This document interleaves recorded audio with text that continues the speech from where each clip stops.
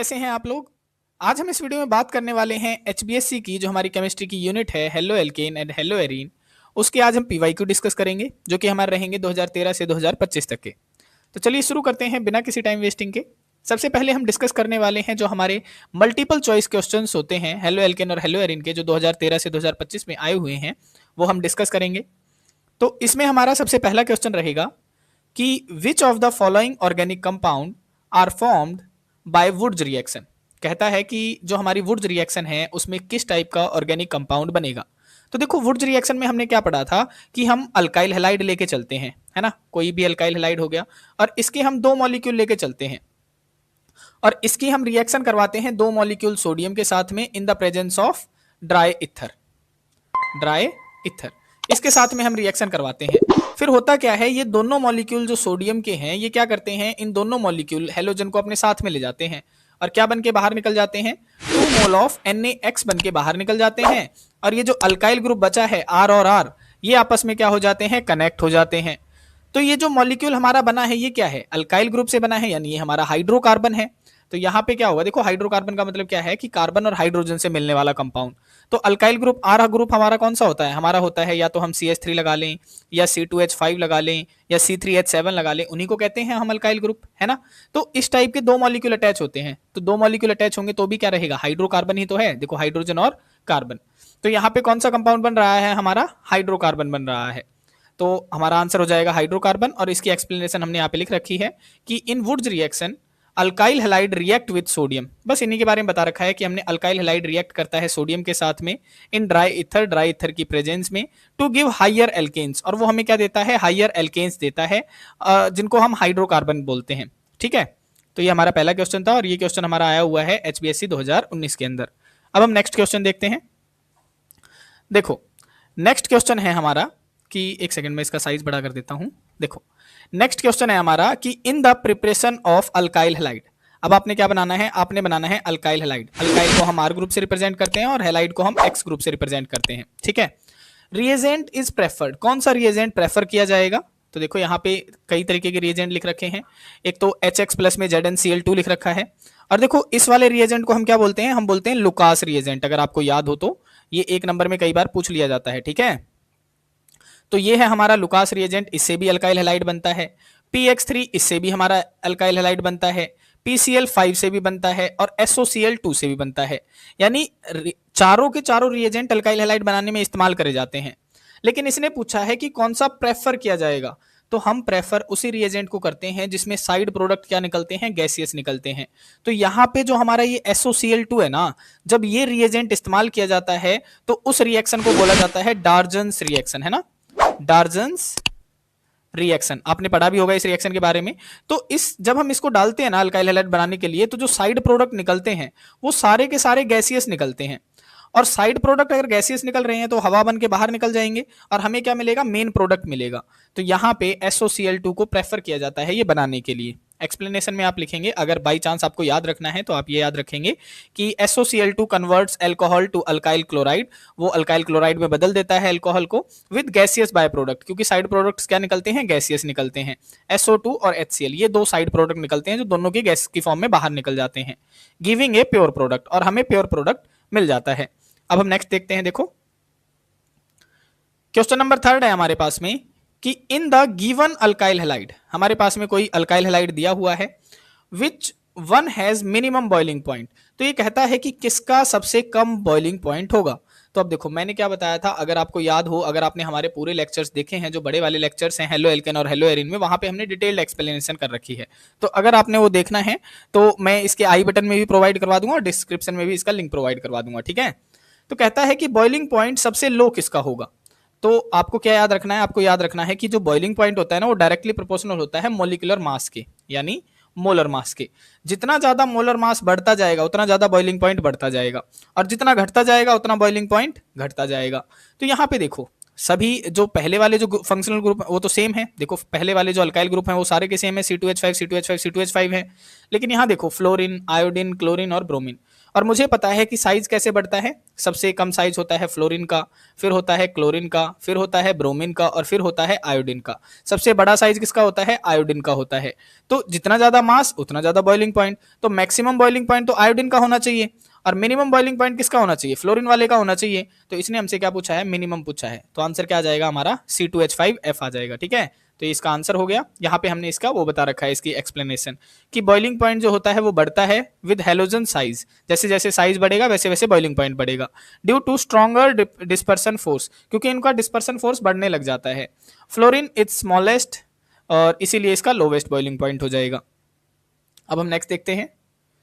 देखो question number 4 है हमारे पास में कि हमारे पास में एक तो दे दिया है क्लोरोबेंजीन, देखो C6H5Cl। इसका आप स्ट्रक्चर आप यहाँ पे इस तरीके से भी बना सकते हैं, इस तरीके से जैसे मैंने ये बेंजीन बना दी, ऊपर क्लोरीन।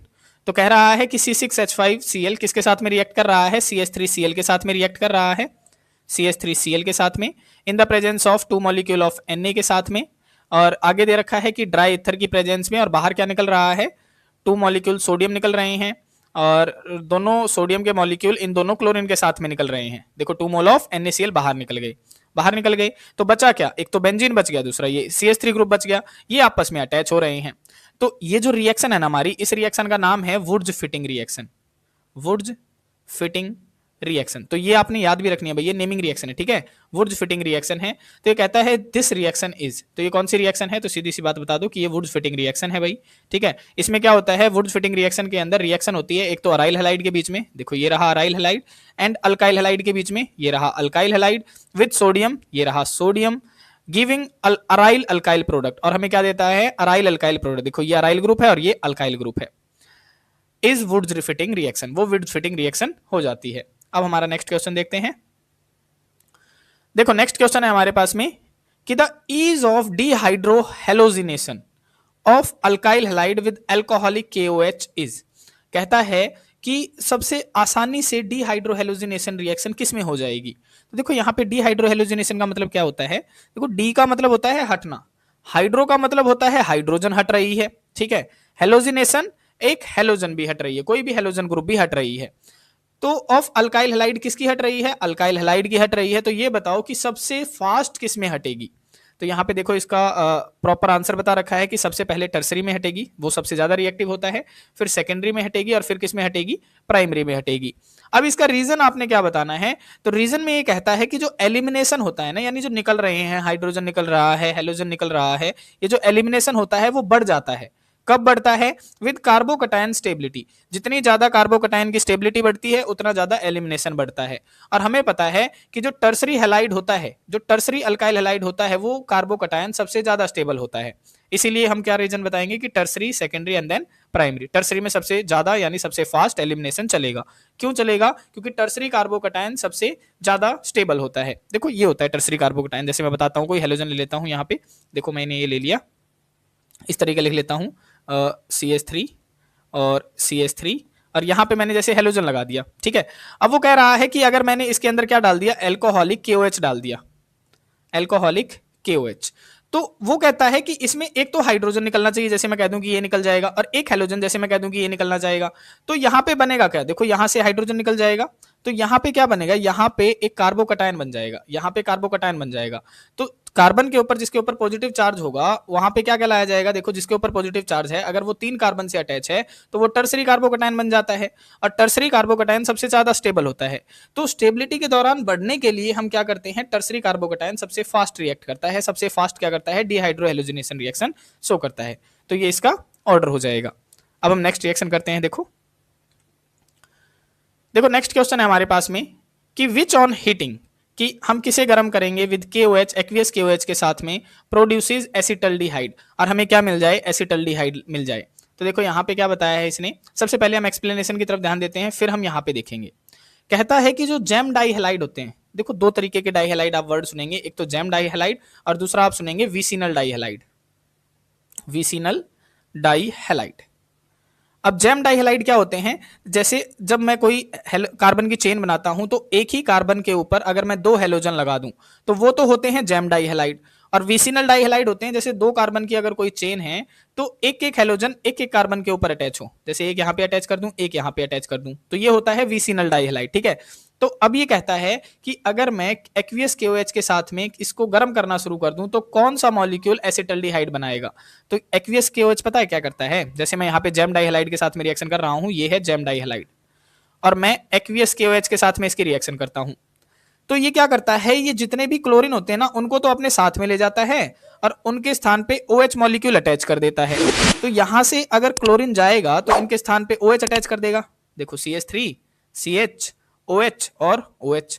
अब मुझे पता है कि एक कार्बन के ऊपर एक से ज्यादा OH स्टेबल नहीं होते हैं, तो वो क्या करेगा, वाटर मॉलिक्यूल यहां से रिलीज कर देगा, देखो ये वाटर मॉलिक्यूल यहां से रिलीज कर दिया, तो अब सॉरी यहाँ पे देखो ये OH जाएगा और यहां से H जाएगा, तो बच क्या गया CH3 CHO, ये बच गया CH3 CHO, ये बच गया, और ये क्या है, ये तो एसिटल्डिहाइड है। तो यहां पे आपका करेक्ट आंसर क्या आ जाएगा कि जेम डाइहैलाइड ही वो रिएक्टेंट है जिसको आप हाइड्रोलिसिस करेंगे तो हवा में क्या बना के दे देगा, अनस्टेबल जेम डायोल बनाएगा। पहले तो देखो ये अनस्टेबल जेम डायोल था क्योंकि दो फंक्शनल ग्रुप लगे थे, ओल लगे थे, ठीक है, दैट डिहाइड्रेट टू एल्डिहाइड, और वो हमें क्या देता है, एल्डिहाइड दे देता है। तो ये आपने ध्यान रखना है, इसका करेक्ट आंसर आ जाएगा CH3 CHCl2 जो कि है हमारा जेम डाइहैलाइड। अब हम नेक्स्ट देखते हैं। देखो नेक्स्ट क्वेश्चन है हमारे पास में कि ये प्राइमरी अल्काइल हैलाइड, हमारे पास में क्या है, हमारे पास में प्राइमरी अल्काइल हैलाइड दिया गया है, वुड प्रेफर टू अंडरगो, और वो हमसे पूछ रहा है कि वो कौन सी रिएक्शन अंडरगो करेगा, किसमें ज्यादा प्रेफर होगा।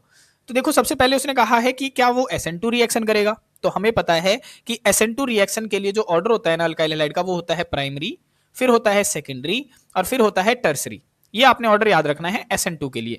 नेक्स्ट ऑप्शन है हमारा SN1, तो SN1 के लिए आप ऑर्डर याद रखेंगे अल्काइल हैलाइड का, पहले होता है टर्सरी, फिर होता है सेकेंडरी, और फिर होता है प्राइमरी, ठीक है, बाकियों पे तो हमने ध्यान ही नहीं देना है, ठीक है। तो यहां पे क्या बताया, यहां पे प्राइमरी अल्काइल हैलाइड के बारे में पूछ रहा है, तो कौन प्रेफर करेगा, सीधी सी बात है भाई, SN2 रिएक्शन प्रेफर करेगा, तो SN2 रिएक्शन इसका आंसर हो जाएगा। एक्सप्लेनेशन में है कि जो प्राइमरी कार्बोकेटायन होते हैं आर अनस्टेबल, वो अनस्टेबल होते हैं, and steric hindrance is low, और उनके ऊपर स्टेरिक हिंड्रेंस बहुत कम। देखो स्टेरिक हिंड्रेंस का मतलब होता है भीड़ भड़ाका, तो प्राइमरी वाले के ऊपर क्या होते हैं, ज्यादा मतलब बल्कि ग्रुप्स नहीं होते हैं लगे हुए, इसीलिए वहां पे स्टेरिक हिंड्रेंस क्या होती है, लो होती है, यानी भीड़ भड़ाका कम होता है। सो SN2 मैकेनिज्म इज फेवर्ड, इसीलिए SN2 मैकेनिज्म जल्दी चल पड़ता है, ठीक है। अब हम नेक्स्ट क्वेश्चन देखते हैं। देखो नेक्स्ट क्वेश्चन है हमारे पास में कि अल्काइल हैलाइड्स की, जो अल्काइल हैलाइड होते हैं आर प्रिपेयर्ड फ्रॉम एल्कोहल, वो एल्कोहल से बनाए जाएंगे, बाय ट्रीटिंग विद, किसके साथ में हम क्या ट्रीट करें तब वो अल्कोहल से किस में कन्वर्ट होंगे, अल्काइल हैलाइड में कन्वर्ट होंगे।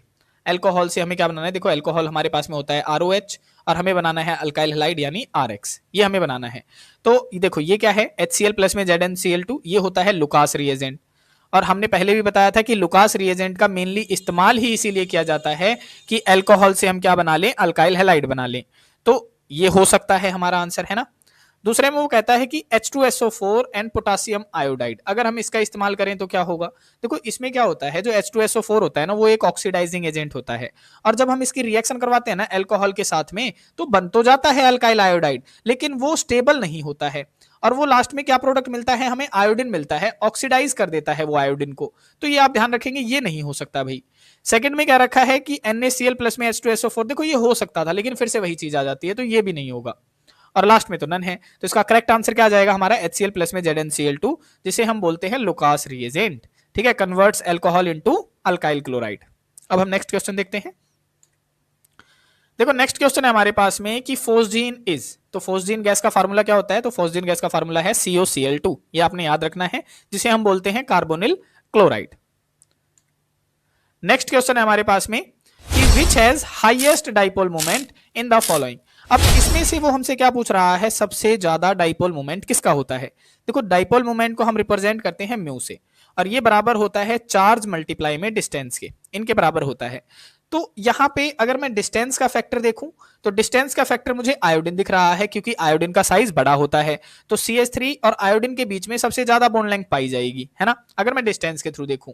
और अगर मैं चार्ज के थ्रू देखूं, तो यहां पे फ्लोरीन सबसे ज्यादा इलेक्ट्रोनेगेटिव होता है, तो ये करेक्ट आंसर होना चाहिए है। और यहां पे जो CCl4 है, तो इसकी स्ट्रक्चर कुछ टेट्राहेड्रल टाइप होती है ना, CCl4, तो इसका जो डाइपोल मोमेंट होता है वो 0 होता है, ये आपने याद रखना है, क्योंकि यहां पे कैंसल आउट कर देते हैं, पॉजिटिव टू नेगेटिव जब डाइपोल मोमेंट जाता है तो वो अपने आप को कैंसल आउट कर देते हैं एक दूसरे के अकॉर्डिंग, तो इसका डाइपोल मोमेंट तो जीरो होता है। अब बचा क्या मेरे पास में, ये बचा। तो एक एक कंडीशन को देखने पे तो ये आंसर दिख रहे हैं मुझे, लेकिन यहाँ पे करेक्ट आंसर आपका क्या आएगा, CH3Cl आएगा। तो इसका करेक्ट आंसर हो जाएगा ये, क्योंकि यहाँ पे क्या होता है, मेनली चार्ज और जो डिस्टेंस है वो लगभग इन दोनों से क्या होती है, बराबर होती है, क्योंकि यहाँ पे दोनों फैक्टर कंसिडर करे जाते हैं। तो यहाँ पे आप बताएंगे कि जो डाइपोल मोमेंट होता है ना, वो डिपेंड्स करता है बॉन्ड पोलैरिटी के ऊपर एंड बॉन्ड लेंथ के ऊपर, जैसा कि मैंने अभी बताया कि चार्ज और डिस्टेंस के ऊपर, बॉन्ड लेंथ वही तो है। तो CH3Cl shows maximum resultant dipole moment, ये सबसे ज्यादा डाइपोल मोमेंट होता है। और ये क्वेश्चन आपने याद ही कर लेना है भाई, कई बार ये एग्जाम में पूछा गया है। अब हम नेक्स्ट क्वेश्चन करते हैं। नेक्स्ट क्वेश्चन है हमारे पास में कि जो अल्काइल हैलाइड होते हैं ना, वो लेस सॉल्युबल होते हैं वाटर के अंदर बिकॉज दे। तो इसका रीजन क्या होता है, देखो यहाँ पे आपने एक चीज याद रखनी है, कोई भी चीज जो सॉल्युबल होती है ना पानी के अंदर, कोई भी चीज जो सॉल्युबल होगी पानी के अंदर, वो पानी के साथ में क्या बनाएगी, पानी के साथ में हाइड्रोजन बॉन्ड बनाएगी। अगर हाइड्रोजन बॉन्ड बनाएगी तो वो सॉल्युबल होगी, अदरवाइज वो सॉल्युबल नहीं होगी। तो इसने बताया कि वो लेस सॉल्युबल होंगे। लेस सॉल्युबल का मतलब है थोड़े थोड़े बॉन्ड बना लेगी, थोड़े थोड़े बॉन्ड नहीं बनाएगी। तो इसका करेक्ट आंसर क्या आ जाएगा कि वो हाइड्रोजन बॉन्ड नहीं बनाएगी। तो यहाँ पे इसका करेक्ट आंसर आप बताएंगे do not form hydrogen bond with water. बाकियों को तो देखने की जरूरत ही नहीं है, तो ये हमारा आंसर हो जाएगा can not form hydrogen bonding with water, hence poor solubility, इसीलिए उसकी क्या होती है, पुअर सॉल्युबिलिटी होती है। नेक्स्ट क्वेश्चन है हमारे पास में कि ए टर्सरी अल्काइल हैलाइड, हमारे पास में कोई टर्सरी अल्काइल हैलाइड है, वुड प्रेफर टू अंडरगो। अब वो कौन सी रिएक्शन शो करेगा, तो मैंने अभी अभी बताया था कि SN1 के लिए क्या ऑर्डर होता है, SN1 के लिए होता है प्राइमरी, सॉरी SN1 के लिए होता है tertiary, secondary and then primary. और SN2 के लिए क्या होता है, SN2 के लिए होता है primary, secondary and then tertiary. तो यहां पे उसने पूछा है कि टर्सरी अल्काइल हैलाइड, तो टर्सरी कौन सी रिएक्शन शो करेगा, SN1 शो करेगा। तो यहां पे इसका करेक्ट आंसर ये आ गया। ठीक है, अब हम नेक्स्ट देखते हैं। देखो नेक्स्ट क्वेश्चन है कि which one of the following, इनमें से कौन सा has the lowest dipole moment. अब इसने पूछ लिया कि लोवेस्ट किसका होगा। देखो लोवेस्ट किसका होगा, तो अभी अभी हमने बताया था, देखो इसका तो मैक्सिमम हमने बताया था, CH3Cl का तो मैक्सिमम था, है ना। और यहाँ पे इनको हम कंसीडर नहीं करेंगे क्योंकि इनका कुछ ना कुछ डाइपोल मोमेंट तो होगा। लेकिन यहाँ पे मैंने ये बताया था कि CCl4 का डाइपोल मोमेंट क्या होता है, जीरो होता है। तो इनका अगर कुछ ना कुछ है तो इसका तो जीरो ही है। तो सबसे कम किसका हो जाएगा, सबसे कम हो जाएगा CCl4 का, क्योंकि इसका जीरो होता है अभी डाइपोल मोमेंट। क्यों होता है, क्योंकि इसकी स्ट्रक्चर है ना वो परफेक्टली सिमेट्रिकल होती है और बोन डाइपोल्स आपस में कैंसिल आउट कर देते हैं। देखो इस टाइप से होता है, Cl Cl Cl और Cl। और ये क्या होते हैं, पार्शियल नेगेटिव चार्ज, क्योंकि इलेक्ट्रोनेगेटिव होते हैं ये एलिमेंट, तो इनके ऊपर पार्शियल नेगेटिव चार्ज होता है। और कार्बन क्या होता है, कार्बन के ऊपर पार्शियल पॉजिटिव चार्ज होता है। और डाइपोल मोमेंट की हमेशा डायरेक्शन प्लस से कहां पे जाती है, नेगेटिव की तरफ, यानी प्लस वाला तो इसकी तरफ होता है और एरो साइड क्या बताता है, नेगेटिव चार्ज बताता है। तो अगर मैं देखूं तो यहां से प्लस से इधर की तरफ जाएंगे, यहां पे अगर हम देखें तो प्लस से इधर की तरफ जाएंगे, यहां अगर हम देखें तो प्लस से इधर की तरफ जाएंगे। तो देखो ये वाला और ये वाला तो आपस में कैंसिल आउट कर देता है, और यहां पे ये वाला और ये वाला आपस में कैंसिल आउट कर देता है, इसीलिए इसका डाइपोल मोमेंट जीरो होता है। ठीक है, अब हम नेक्स्ट देखते हैं। देखो अब हमारे क्वेश्चन जो हैं वो स्टार्ट हो जाएंगे शॉर्ट आंसर टाइप क्वेश्चन, यानी जो 2-2 मार्क्स के या 3-3 मार्क्स के क्वेश्चन आते हैं, अब हम वो देखेंगे। और ये भी क्वेश्चन हम वही देखेंगे जो 2013 से 2025 में पूछे गए हैं। तो इसके अंदर सबसे पहला जो हमारा क्वेश्चन है वो है कि हाउ विल यू प्रिपेयर, आप कैसे प्रिपेयर करेंगे 1 ब्रोमोप्रोपेन को फ्रॉम प्रोपीन से। तो सबसे पहले आपको क्या पता होना चाहिए, प्रोपीन का स्ट्रक्चर पता होना चाहिए। तो प्रोपीन के अंदर कितने कार्बन आते हैं, 3 आते हैं, और इन का मतलब होता है डबल बॉन्ड। तो देखो ये बना दिया हमने 3 कार्बन और इन का मतलब डबल बॉन्ड, तो ये हो गया प्रोपीन का structure, CH3 CH double bond CH2। अब हमें बनाना है 1 ब्रोमोप्रोपेन। तो 1 ब्रोमोप्रोपेन बनाने के लिए मुझे इसके अंदर क्या ऐड करना पड़ेगा, HBr ऐड करना पड़ेगा, है ना। तो मैंने यहाँ पे HBr ऐड कर दिया। अब 1 ब्रोमोप्रोपेन बनाने के लिए आपने इसके अंदर क्या डालना पड़ेगा, रिएजेंट परऑक्साइड डालना पड़ेगा।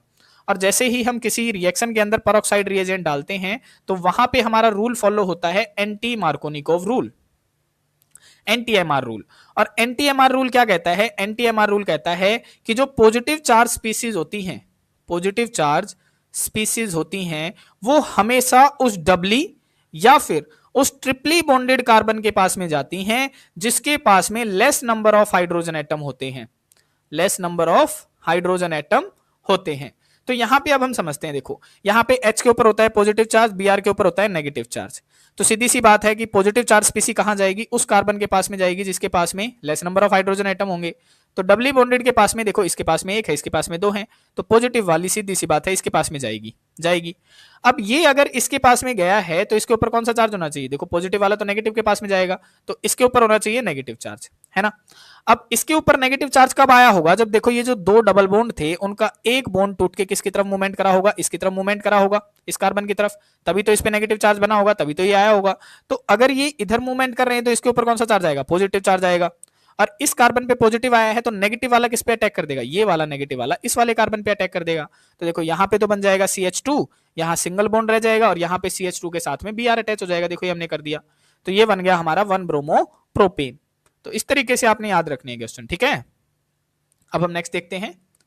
देखो नेक्स्ट क्वेश्चन है हमारे पास में कि right IUPAC name of the compound. आपने इस कंपाउंड का आईयूपैक नेम लिखना है। तो देखो यहाँ पे क्या है, C6H5। C6H5 का मतलब है कि हमने यहाँ पे बेंजीन बना ली है, ये मैंने बना ली बेंजीन, और इसके ऊपर अटैच है CH2 CH2 और Cl। देखो ये मैंने अटैच करवा दिया CH2 CH2 और Cl, ये मैंने करवा दिया। अब मुझे पता है कि हेलोजन को हम क्या देंगे, प्रायोरिटी देंगे, तो उसी के हिसाब से हम नामकरण करेंगे और नंबरिंग करेंगे। तो नंबरिंग करेंगे तो इस वाले कार्बन इसको प्रायोरिटी दे रहे हैं तो नंबरिंग यहां से स्टार्ट करेंगे। देखो 1 2। अब 2 के ऊपर तो क्या अटैच है, 2 के ऊपर अटैच है फिनाइल ग्रुप। देखो इस वाले को हम फिनाइल ग्रुप बोलते हैं, वैसे तो हम इसे बोलते हैं बेंजीन।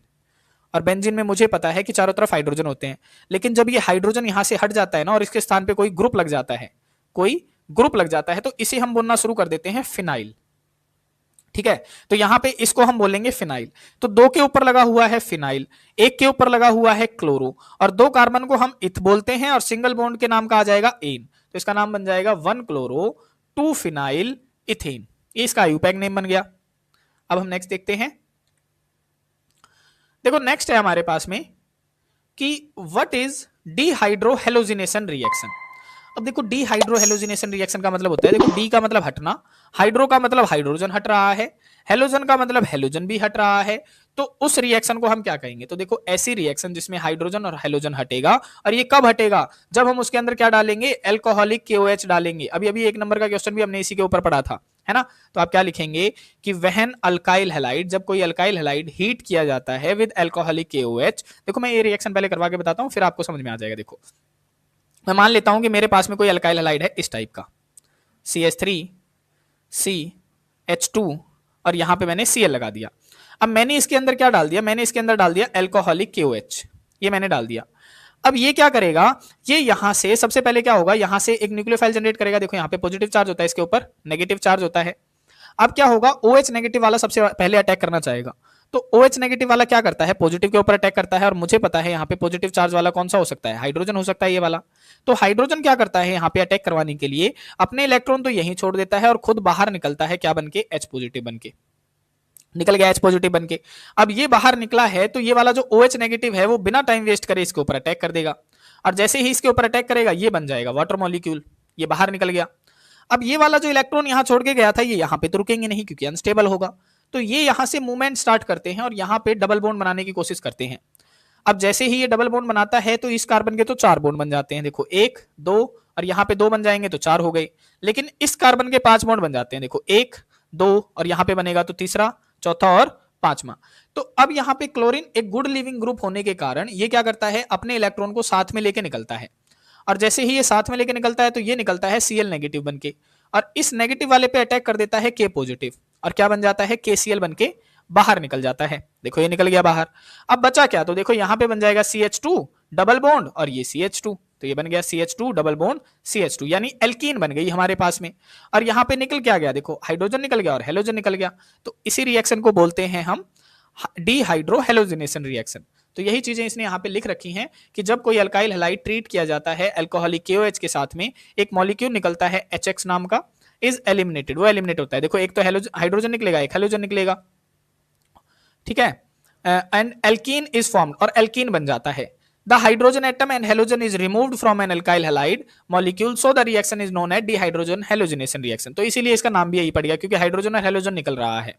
तो यहाँ पे हमने पहले तो थ्योरेटिकल में लिख के दिखा दिया कि अल्काइल हैलाइड है, अल्कोहलिक KOH गिरा, एल्कीन बन गया, KX निकल गया और वाटर निकल गया। देखो यहाँ पे जैसे हमने निकाला है, वाटर निकाल दिया, KX यानी KCl निकाल दिया और एल्कीन बना दिया। तो आप चाहें तो ये वाली रिएक्शन कर सकते हैं क्योंकि ये भी सेम वे में है, और ये वाली रिएक्शन चाहें तो ये भी कर सकते हैं, ठीक है। तो ये था हमारा क्वेश्चन। अब हम नेक्स्ट देखते हैं। देखो नेक्स्ट क्वेश्चन है हमारे पास में कि discuss the nature of CX bond. अब आपने नेचर बताना है। देखो CX बॉन्ड का मान के चलता हूं मेरे पास में CX बॉन्ड ये है ना, X है हमारे पास में हेलोजन, और कार्बन हमें पता ही है, और कार्बन मुझे ये भी पता है कि कार्बन मैक्सिमम 4 बॉन्ड बनाता है। तो 3 बॉन्ड मैंने एज इट इज बता दिए, और यहाँ पे आप हाइड्रोजन भी अटैच करवा के दिखा सकते हैं, कोई फर्क नहीं पड़ता है। अब मुझे ये पता है कि हेलोजन जो होता है वो इलेक्ट्रोनेगेटिव नेचर का होता है, जिसके कारण इस पे नेगेटिव चार्ज होता है और इस पे पॉजिटिव चार्ज होता है। तो अगर देखा जाए तो इनकी इलेक्ट्रोनेगेटिविटी डिफरेंस के कारण इस पे तो बन गया नेगेटिव चार्ज, इस पे बन गया पॉजिटिव चार्ज, यानी ये पोल्स बन गए, एक तरफ नेगेटिव पोल बन गया, दूसरी तरफ पॉजिटिव पोल बन गया, है ना। तो इसी रीजन के कारण इनका जो नेचर होता है ना इनके बॉन्ड का, वो कैसा नेचर होगा, पोलर नेचर होगा, पोलर नेचर। तो अब हमने बस यही बातें यहां पे लिख रखी हैं, तो इनको एक बार पढ़ लेते हैं। देखो क्या कहता है कि since halogen is more electronegative, halogen क्या होता है, ज्यादा इलेक्ट्रोनेगेटिव होता है कार्बन के according. The carbon halogen bond of alkyl halide is polarised, जिसके कारण इनका जो कार्बन और हेलोजन का बॉन्ड है वो पोलराइज हो जाता है। पोलराइज का मतलब वो कह रहा है कि कार्बन के ऊपर पार्शियल पॉजिटिव चार्ज आ जाता है और हेलोजन के ऊपर पार्शियल नेगेटिव चार्ज आ जाता है। The carbon atom carries partial positive charge whereas the halogen atom carries partial negative charge. Since the size of halogen increases as we move down the group in the halogen family, कहता है कि जैसा कि हमें पता है कि halogen का जो साइज होता है वो डाउन द ग्रुप बढ़ता है। तो फ्लोरीन का जो चार्ज है वो तो लार्जेस्ट होता है, लेकिन साइज फ्लोरीन का सबसे कम होता है, लेकिन आयोडीन क्या होता है, सबसे लार्ज होता है साइज में अगर देखा जाए, क्योंकि साइज कैसे बढ़ता है, फ्लोरीन, क्लोरीन, ब्रोमीन, आयोडीन, सबसे ज्यादा साइज आयोडीन का, सबसे कम साइज फ्लोरीन का। Consequently the CX bond length increases, तो सीधी सी बात है जब हम डाउन द ग्रुप जाएंगे तो बॉन्ड लेंथ क्या होगी, बढ़ेगी, बॉन्ड लेंथ बढ़ेगी from CF to CI and bond enthalpy decreases. और जो बॉन्ड तोड़ने की क्षमता है, देखो बॉन्ड एंथैल्पी क्या होती है, बॉन्ड का मतलब बॉन्ड और एंथैल्पी का मतलब एनर्जी, यानी जो बॉन्ड को तोड़ने के लिए जो एनर्जी है वो तो कम हो जाएगी, सीधी सी बात है, नीचे की तरफ जाएगा तो बॉन्ड की लेंथ बढ़ेगी, तो उसे आसानी से तोड़ा जा सकता है। A dipole moment is related with the polar nature of CX bond, so dipole moment also varies। तो यही रीजन है कि इनका डाइपोल मोमेंट भी वेरी करता है भाई, इसका कुछ होगा अगर ये किसी अल्काइल ग्रुप के साथ में अटैच होगा, इसका कुछ होगा, इसका कुछ होगा और इसका कुछ होगा, तो कहता है डाइपोल मोमेंट वेरी करता है। लेकिन अगर आपसे नेचर के बारे में पूछा जाए तो इसका नेचर कौन सा हो जाएगा, पोलर नेचर हो जाएगा। क्यों हो रहा है, क्योंकि यहाँ पे पोल्स बन रहे हैं इनके इलेक्ट्रोनेगेटिविटी डिफरेंस के कारण। तो ये हमारा क्वेश्चन था। अब हम नेक्स्ट देखते हैं। देखो नेक्स्ट क्वेश्चन है हमारे पास में कि कंप्लीट द फॉलोइंग रिएक्शन, आपने रिएक्शन ये वाली जो है ये कंप्लीट करनी है, और ये क्वेश्चन हमारा HBSC में 2018 में पूछा गया था। तो इसने मेनली क्या किया है, सबसे पहले हमें टोल्यून बना के दे दिया है। देखो ये मैंने यहाँ पे टोल्यून बना लेता हूँ एक बार दोबारा से, ये मैंने बना लिया, और इस टोल्यून को इस तरीके से लिख सकते हैं CH2 और H, मैंने अलग कर दिया, देखो CH3 को इस तरीके से लिख दिया, और उसकी रिएक्शन कराई जा रही है क्लोरीन के साथ में इन द प्रेजेंस ऑफ लाइट। अब मैंने क्लोरीन को भी इस तरीके से लिख दिया, देखो क्लोरीन को। अब मुझे पता है जब लाइट की प्रेजेंस में कोई रिएक्शन चलती है ना तो उसके अंदर होमोलिटिक फिजन होता है। होमोलिटिक फिजन का मतलब होता है कि जो बॉन्ड की ब्रेकेज होती है ना वो बिल्कुल बीचों बीच में से होती है, और एक एक जो इलेक्ट्रॉन है वो क्या करते हैं, एक एक मॉलिक्यूल अपना अपना इलेक्ट्रॉन लेके चला जाता है, तो ये चला जाएगा। सिमिलरली यहाँ पे जो मैंने हाइड्रोजन लिखेंगे ये भी क्या करेंगे, यहां से अपना होमोलिटिक फिजन करेंगे, और हाइड्रोजन अपना इलेक्ट्रॉन ले जाएगा, CH2 अपना इलेक्ट्रॉन ले जाएगा। अब होगा क्या, इसका जो हाइड्रोजन का एक इलेक्ट्रॉन है और क्लोरीन का जो एक इलेक्ट्रॉन है ये तो दोनों आपस में मिल जाएंगे और क्या बना देंगे, HCl बना देंगे। देखो मैंने यहाँ पे HCl बना दिया, और जो CH2 का जो इलेक्ट्रॉन है, ये वाला जो इलेक्ट्रॉन है, और इस क्लोरीन का जो इलेक्ट्रॉन है, ये आपस में मिल जाएंगे, और ये बेंजीन के ऊपर कैसे अटैच हो जाएंगे, तो ये बेंजीन के ऊपर अटैच हो जाएंगे इस तरीके से CH2Cl बनके, जिसे हम बोलते हैं बेंजाइल क्लोराइड। तो देखो यहाँ पे सबसे पहला स्टेप यही बताया गया है कि टोल्यूइन की हमने क्लोरीन के साथ में इन द प्रेजेंस ऑफ लाइट में रिएक्शन करी, तो HCl बाहर निकल गया, HCl क्या हुआ, बाहर निकल गया, जैसे मैंने निकाल के दिखाया, और हमारा बन गया बेंजाइल क्लोराइड। फर्दर वो कहता है कि यहाँ पे क्या किया गया है, हाइड्रोलिसिस करी गई है इन the presence of 373 kelvin temperature. तो अब अगर मैं इसके अंदर वाटर मॉलिक्यूल डालूंगा, ठीक है, 373 केल्विन टेम्परेचर के ऊपर, तो वाटर मॉलिक्यूल में से दो आयन निकलेंगे, एक तो H पॉजिटिव निकलेगा, दूसरा OH नेगेटिव निकलेगा। अब मुझे पता है क्लोरीन के ऊपर पार्शियल नेगेटिव चार्ज होता है और कार्बन के ऊपर पार्शियल पॉजिटिव चार्ज होता है, तो ये क्लोरीन जो है ना, क्लोरीन किसके साथ में निकल जाएगी, पॉजिटिव चार्ज के साथ में निकल जाएगी, यानी H पॉजिटिव के साथ में निकल जाएगी, क्या बनके, HCl बनके, यहां से भी HCl निकल गया, और ये जो OH है वो इसके स्थान पे अटैच हो जाएगा, तो हमें मिल जाएगा बेंजाइल अल्कोहल, यानी CH2OH। तो देखो यहाँ पे हमने OH अटैच कर रखा है डायरेक्टली, जिसे हमने बेंजाइल अल्कोहल बोल दिया है। तो इस तरीके से आपने रिएक्शन, आपने थोड़ा सा दिमाग लगाना है और रिएक्शन को करना है। अब हम नेक्स्ट क्वेश्चन देखते हैं। देखो नेक्स्ट क्वेश्चन है हमारे पास में कि why is sulphuric acid not used during the reaction of alcohol with Ki।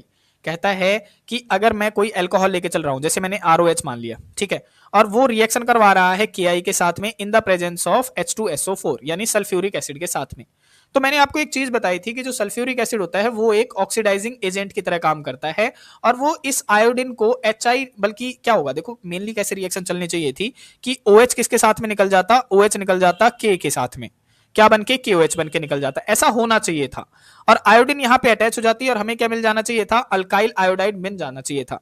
लेकिन ये ऑक्सीडाइज होने के कारण, ऑक्सीडाइजिंग एजेंट होने के कारण ये अल्काइल आयोडाइड को क्या कर देता है, ऑक्सीडाइज कर देता है और इसको फाइनल प्रोडक्ट आयोडीन में बदल देता है।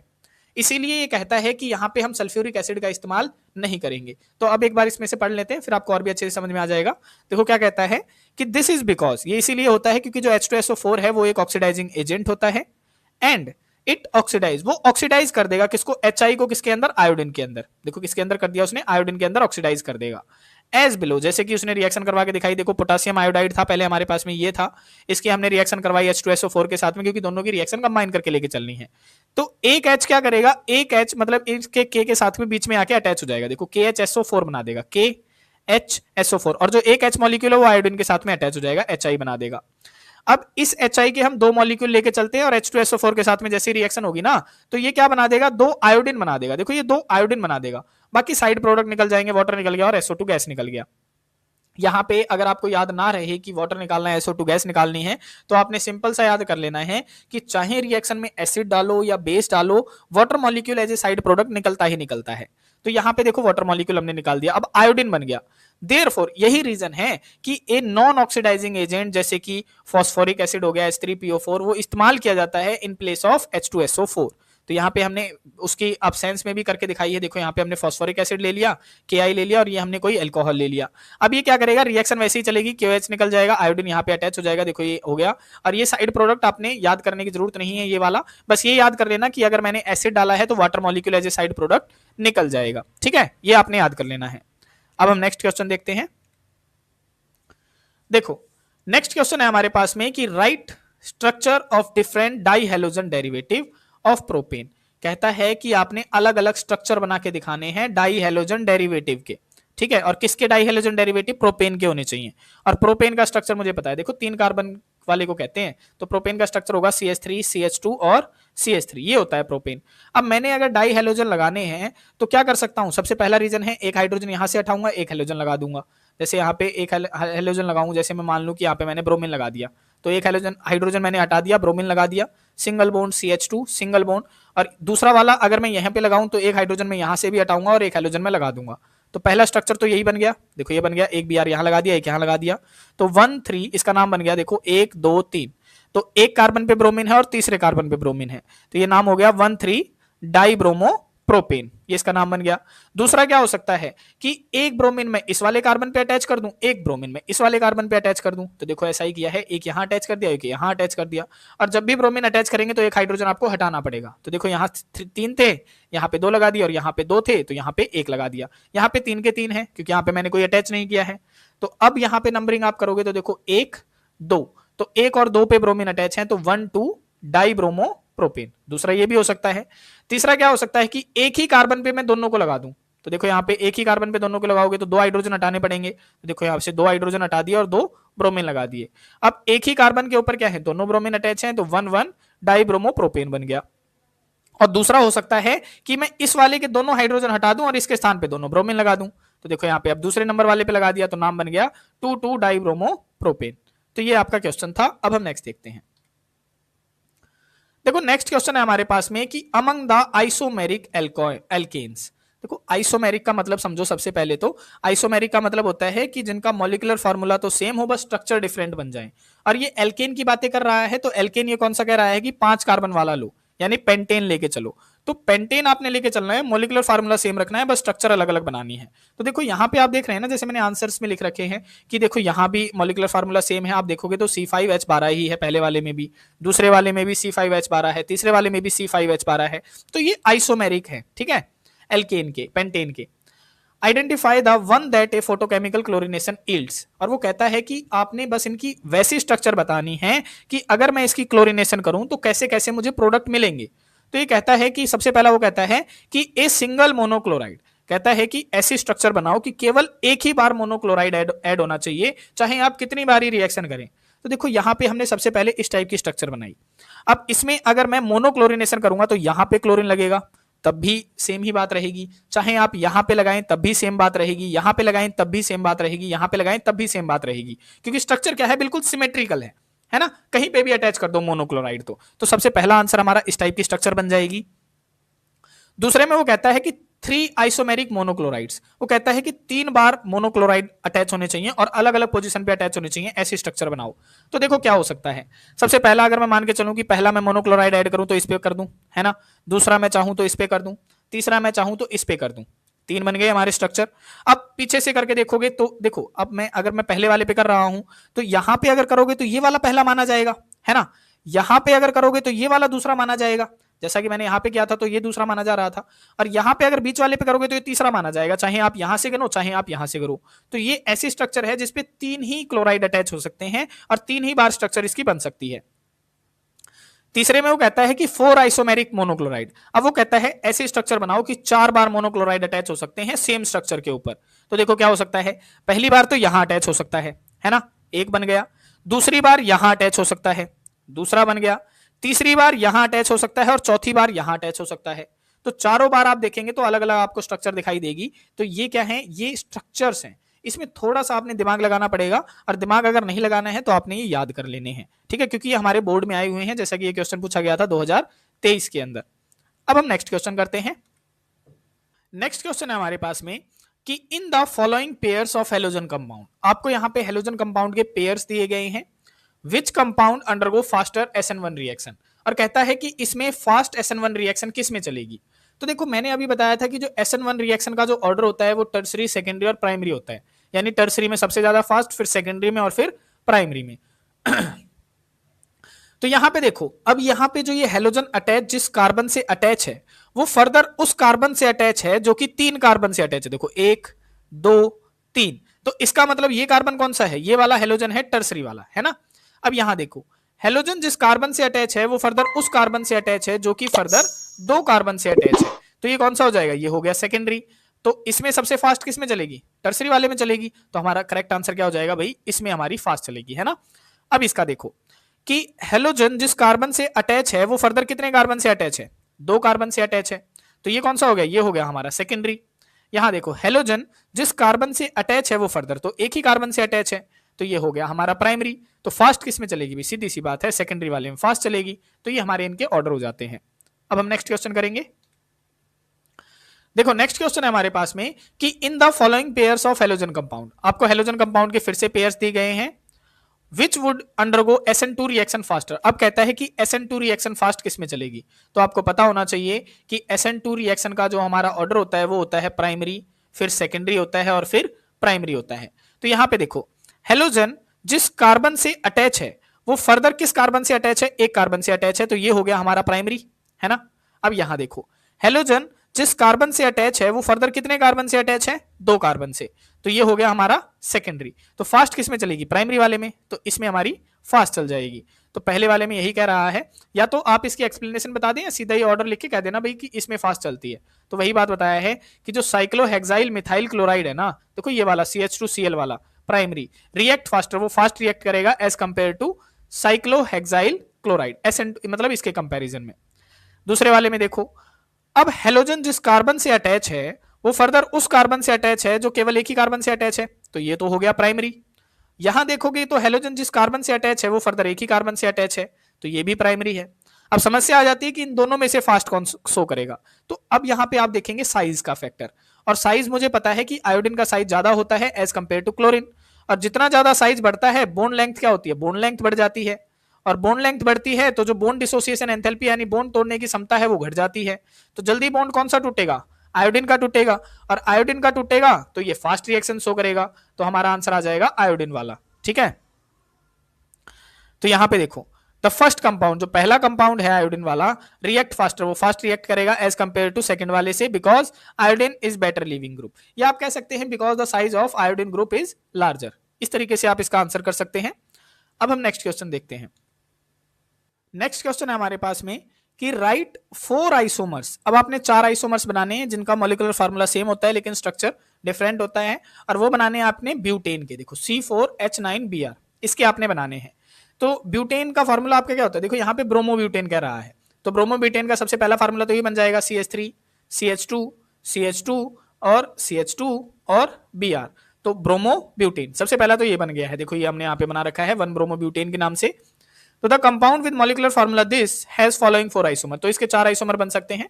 पहले वाले पे तो पहले कार्बन पे अटैच कर दिया, फिर इसने क्या किया है, फिर इसने अटैच कर दिया सेकंड वाले पे, देखो यहाँ पे बीच में कर दिया, इस वाले कार्बन पे अटैच कर दिया Br।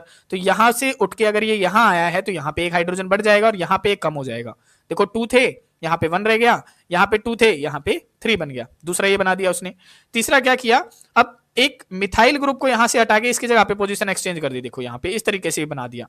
तो इसका नाम बन गया, देखो एक पे तो ब्रोमो है, 2 पे मिथाइल ग्रुप है और ये प्रोपेन हो गया। तो तीसरा स्ट्रक्चर ये बन सकता है। चौथा क्या बना दिया, चौथा उसने टर्सरी की तरह बना दिया कि यहाँ पे एक कार्बन लिया बीच में, तीनों तरफ अल्काइल ग्रुप अटैच कर दिया और एक यहाँ पे ब्रोमीन अटैच कर दिया। तो नाम बन जाएगा इसका 2 ब्रोमो। देखो इस तरीके से नाम लिखा है 1 2 3। तो 2 पे तो है ब्रोमो, 2 पे ही है मिथाइल ग्रुप, तो 2 ब्रोमो 2 मिथाइल और प्रोपेन, ये हो गया। तो यहां पे आपने क्या करना है, सिर्फ थोड़ा सा दिमाग लगा के मॉलिक्यूलर फार्मूला सेम रखना है और उनकी पोजीशंस को एक्सचेंज करते रहना है। तो उन्हीं को हम कहते हैं आइसोमर्स। ठीक है, अब हम नेक्स्ट क्वेश्चन करते हैं। देखो नेक्स्ट क्वेश्चन है हमारे पास में कि व्हाट आर एम्बीडेंडेड न्यूक्लियोफाइल्स। देखो सबसे पहले हम न्यूक्लियोफाइल का मतलब समझते हैं। न्यूक्लियोफाइल वो स्पीसीज होती हैं जिनके ऊपर नेगेटिव चार्ज होता है। तो इसने हमसे पूछा है कि एम्बीडेंडेड न्यूक्लियोफाइल कौन से होते हैं। तो एम्बीडेंडेड न्यूक्लियोफाइल वो होते हैं जिसके पास में 2 कोऑर्डिनेशन साइट होती हैं, 2 कोऑर्डिनेशन साइट होती हैं। 2 कोऑर्डिनेशन साइट का मतलब है कि 2 साइट से वो अटैच हो सकता है, लेकिन एक टाइम पे एक ही साइट से अटैच करते हैं।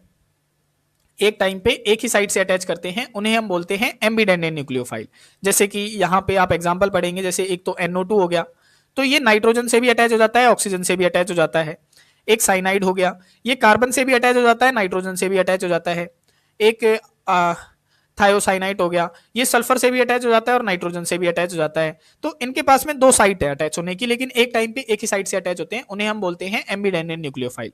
तो यहाँ पे देखो क्या बताएंगे आप कि एम्बीडेंडेड न्यूक्लियोफाइल आर दोज, ये वो होते हैं विच कैन अटैक, जो अटैक कर सकते हैं थ्रू टू डिफरेंट साइड, जो 2 डिफरेंट साइड से अटैच हो सकते हैं। जैसे साइनाइड हो गया, कैन अटैक थ्रू कार्बन और नाइट्रोजन, ये कार्बन से भी अटैच हो सकता है और नाइट्रोजन से भी अटैच हो सकता है। सिमिलरली एक नाइट्राइट आयन होता है, जैसे हम ONO या फिर NO2 भी बोल देते हैं, जैसे मैंने यहाँ पे बताया, कैन अटैक थ्रू, ये अटैक कर सकता है ऑक्सीजन से भी या नाइट्रोजन से भी अटैच कर सकता है। ये डिपेंड करती हैं बातें कि रिएक्शन कंडीशंस क्या हैं और रिएजेंट कौन सा इस्तेमाल किया जा रहा है, इन पे डिपेंड करती हैं ये बातें। अब यहाँ पे एग्जांपल लेके समझाता है कि मान के चलो कि मेरे पास में कोई अल्काइल हैलाइड है और वो ट्रीट किया जा रहा है एल्कोहलिक KCN के साथ में, विच इज आयोनिक। देखो यहाँ पे मैं एक बार समझाता हूं मैं आपको। कहता है कि मेरे पास में कोई अल्काइल हैलाइड है, अल्काइल हैलाइड में RCl मान लेता हूं। वो कहता है कि मैं इनको 2 तरीके से रिएक्ट करूंगा, एक तो मैं KCN से रिएक्ट करूंगा, ठीक है, और दूसरा मैं रिएक्ट करूंगा AgCN के साथ में, AgCN के साथ में, इस तरीके से रिएक्ट करूंगा। अब होता क्या है, जो KCN का जो बॉन्ड होता है ना, ये वाला जो K और C के बीच में जो बॉन्ड होता है, ये बॉन्ड होता है आयनिक। और यहां पे सिल्वर और साइनाइड के बीच में जो ये बॉन्ड होता है, ये बॉन्ड होता है कोवेलेंट। ये बॉन्ड होता है कोवेलेंट। अब मुझे पता है कि आयनिक बॉन्ड क्या होते हैं, आयनिक बॉन्ड आसानी से मतलब क्या होते हैं, पार्सलाइज हो जाते हैं, यानी टूट जाते हैं, जिसके कारण इस पे पॉजिटिव चार्ज हो जाता है और इस पे नेगेटिव चार्ज हो जाता है। लेकिन जो कोवेलेंट बॉन्ड होते हैं ना, ये डिसोसिएट स्लोली होते हैं, बहुत धीरे धीरे टूटते हैं भाई, डिसोसिएट स्लोली, बहुत धीरे धीरे टूटते हैं। और अगर ये डिसोसिएट धीरे धीरे होते हैं तो कार्बन यहाँ पे जल्दी फ्री नहीं हो पाता, और कार्बन जल्दी फ्री नहीं हो पाता तो ये अटैक नहीं कर पाता। देखो होता क्या है, जैसे ही आयनिक बॉन्ड है ये जल्दी टूट गए तो इस पे पॉजिटिव चार्ज आ गया, इस पे नेगेटिव चार्ज आ गया कार्बन पे। अब पॉजिटिव चार्ज वाला क्या करता है, इसके ऊपर अल्काइल के ऊपर पॉजिटिव चार्ज होता है, क्लोराइड के ऊपर नेगेटिव। अब ये पॉजिटिव चार्ज वाला क्लोरीन के साथ में रिएक्शन करके क्या बन के निकल जाता है, KCl बन के निकल जाता है। और साइनाइड पे कार्बन के ऊपर जो नेगेटिव चार्ज आया है वो अल्काइल ग्रुप के ऊपर अटैच हो जाता है और हमें मिल जाता है अल्काइल साइनाइड। ये क्या बन गया हमारे पास में, अल्काइल साइनाइड बन गया। लेकिन यहां पे सिल्वर और साइनाइड के बीच में कोवेलेंट बॉन्ड था जो कि धीरे धीरे टूट रहा था। अब धीरे धीरे टूट रहा था तो मुझे पता था कि इसके ऊपर पॉजिटिव चार्ज था और कार्बन के ऊपर नेगेटिव चार्ज था। अब जब ये टूट ही धीरे धीरे रहा था तो ये जल्दी से फ्री नहीं होते हैं, और जल्दी से अगर ये फ्री नहीं होते हैं तो ये जो सिल्वर मॉलिक्यूल है ये अटैच नहीं हो पाता इसके साथ में, क्योंकि जब फ्री ही नहीं होगा तो अटैच कहां से होगा। तो यहाँ पे होता क्या है, अटैक करवाने के लिए नाइट्रोजन के जो लोन पेयर इलेक्ट्रॉन होते हैं ना, वो सबसे पहले अटैक कर जाते हैं, किसके ऊपर, इसके ऊपर, अल्काइल ग्रुप के ऊपर। और जैसे ही अटैक करते हैं ना तो इतने टाइम में जब ये अटैक करता है तब तक ये बॉन्ड टूट चुका होता है। और जैसे ही ये बॉन्ड टूटता है तो सिल्वर निकल जाता है क्लोरीन के साथ में क्या बनके, AgCl बनके, ये निकल जाता है सिल्वर इसके साथ में। और यहां पे अटैक किससे हो चुका होता है, नाइट्रोजन से अटैच हो चुका होता है, और हमें मॉलिक्यूल मिलता है RNC के नाम का, जिसे हम बोलते हैं अल्काइल आइसोसाइनाइड, अल्काइल आइसोसाइनाइड। तो यहां पे क्या देखा गया, यहां पे इनका नेचर देखा गया कि भाई कोवेलेंट बॉन्ड था इसीलिए हमें अल्काइल साइनाइड मिला, KCN का बॉन्ड था आयनिक इसीलिए हमें क्या मिला, अल्काइल साइनाइड मिला। तो यहां पे जो CN है ना वो एक एम्बिडेंडेंट न्यूक्लियोफाइल की तरह काम करता है, ठीक है। तो यही बातें हमने यहाँ पे लिख रखी हैं कि जो KCN के साथ में रिएक्ट कराया ये आयनिक था, तो alkyl cyanide is the chief product, हमें साइनाइड प्रोडक्ट मिला because of the attack occurs through carbon atom, क्योंकि अटैक कहां से हुआ था, कार्बन से हुआ था। लेकिन ऑन द अदर हैंड दूसरी तरफ जो AgCN था वो कोवेलेंट था, जो कि यूज किया गया अल्काइल आइसोसाइनाइड बनाने के लिए, जो कि हमारा चीफ प्रोडक्ट बना, क्योंकि अटैक कहां से हुआ, नाइट्रोजन से हुआ। तो यहाँ पे ये रिएक्शन करवा के दिखा रखे हैं, या तो आप ये वाली रिएक्शन याद कर ले, या फिर मैंने अभी जो ये बताया है इस तरीके से आप याद कर ले, ठीक है। तो ये था हमारा क्वेश्चन। अब हम नेक्स्ट देखते हैं।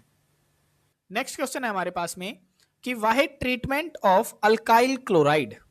कहता है कि जब हम अल्काइल क्लोराइड की ट्रीटमेंट करते हैं एक्वियस KOH के साथ में, अल्काइल क्लोराइड यानी हमारा कोई RX कह रहा है, ठीक है, अल्काइल क्लोराइड, और वो कहता है जब हम एक्वियस KOH के साथ में ट्रीट करते हैं तो हमें अल्कोहल मिलता है, लेकिन जब हम अल्कोहलिक KOH के साथ में ट्रीट करते हैं तो हमें एल्कीन मिलता है। तो ऐसा क्यों होता है, देखो होता क्या है मेनली, जैसे मैं मान के चलूं कि मैंने मान लिया कि मेरे पास में कोई अल्काइल हैलाइड है, इस तरीके से मैंने मान लिया, सॉरी यहां पे लिख लेते हैं CH3 CH3 CH2 और Cl, ये मैंने मान लिया कोई अल्काइल हैलाइड है, और इसको मैं ट्रीट कर रहा हूं किसके साथ में, अल्कोहलिक KOH के साथ में, ये मैंने ट्रीट कर दिया, ठीक है।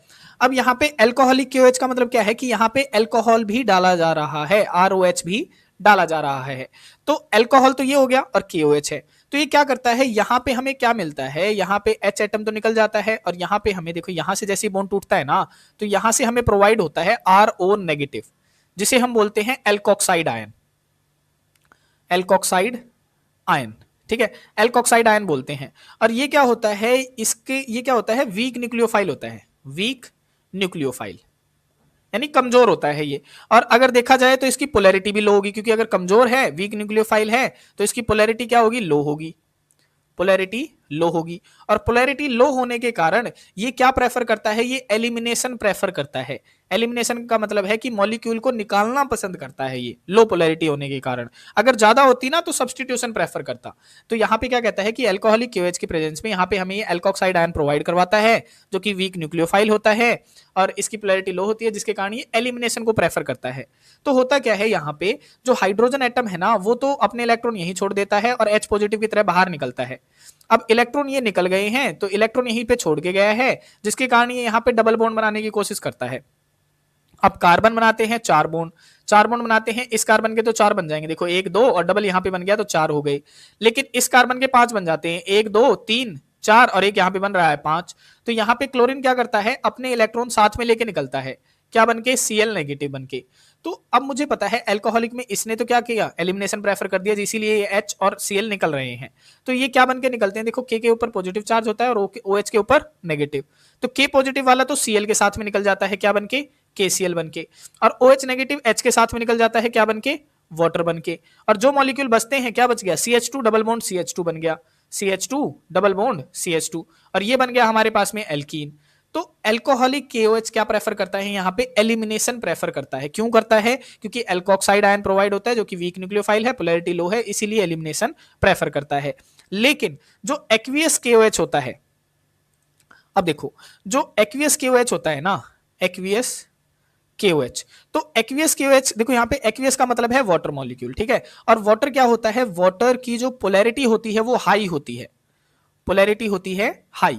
और इसकी पोलैरिटी हाई होने के कारण ये हमें क्या प्रोवाइड करवाता है, सब्स्टिट्यूशन प्रोवाइड करवाता है। ये एलिमिनेशन प्रोवाइड नहीं करता भाई, ये हमें करता है सब्स्टिट्यूशन प्रोवाइड। तो यही रीजन है, जैसे मैं कोई अल्काइल हैलाइड मान लूं, जैसे CH3Cl मैंने मान लिया, अब K के ऊपर पॉजिटिव चार्ज है, OH के ऊपर नेगेटिव चार्ज है।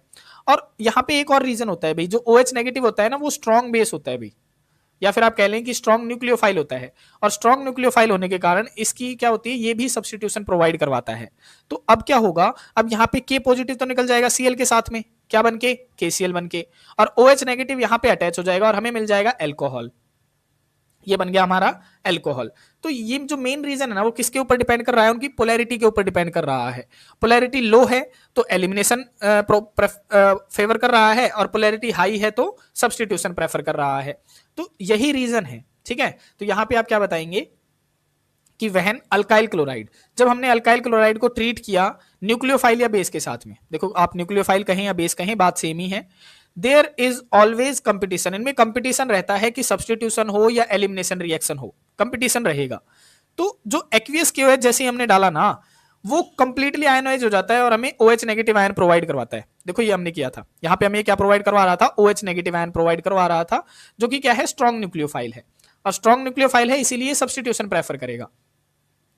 तो दीज बीइंग स्ट्रॉन्ग न्यूक्लियोफाइल, ये स्ट्रॉन्ग न्यूक्लियोफाइल है, into substitution reaction forming alcohol, ये सब्स्टिट्यूशन प्रेफर करेगा और हमें अल्कोहल दे देगा। Further because of high polarity of water substitution is favoured, और दूसरा रीजन है कि वाटर की यहाँ पे पोलैरिटी हाई होती है इसीलिए भी सब्स्टिट्यूशन फेवर किया जाएगा।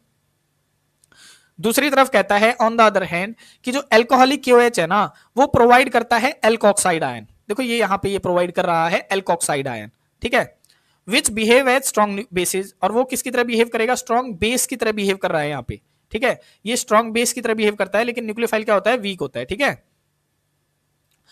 These removes beta hydrogen from alkyl halide leading to elimination of HX, और ये क्या फेवर करता है, एलिमिनेशन फेवर करता है। और बीटा कार्बन जो है, देखो हेलोजन जिस कार्बन से अटैच होता है ना उसे अल्फा कार्बन बोलते हैं और दूसरे कार्बन को बोलते हैं बीटा कार्बन। तो ये बीटा कार्बन से तो हाइड्रोजन एलिमिनेट कराता है और अल्फा कार्बन से हेलोजन एलिमिनेट करवाता है। तो क्या एलिमिनेट हो गया, HCl एलिमिनेट हो गया, जिसे ये HX बोल रहा है, ठीक है। एंड फॉर्मेशन ऑफ एल्कीन, और हमारा एल्कीन बन जाता है, और इसी रिएक्शन को डिहाइड्रोहेलोजिनेशन रिएक्शन कहा जाता है। और दूसरा रीजन है कि the lower polarity of alcohol favours elimination reaction, और ये जो अल्कोहल, ये जो है ना यहाँ पे जो अल्कोहल था, एल्कोक्साइड आयन था, इसकी पोलैरिटी लो होती है इसीलिए भी एलिमिनेशन को प्रेफर करते हैं। तो मेन जो रीजन है ना यहाँ पे, मेन रीजन क्या है, उनकी पोलैरिटी के ऊपर बातें डिपेंड कर रही हैं जो हम वहां पे रिएजेंट डाल रहे हैं, ठीक है। अब हम नेक्स्ट क्वेश्चन करते हैं।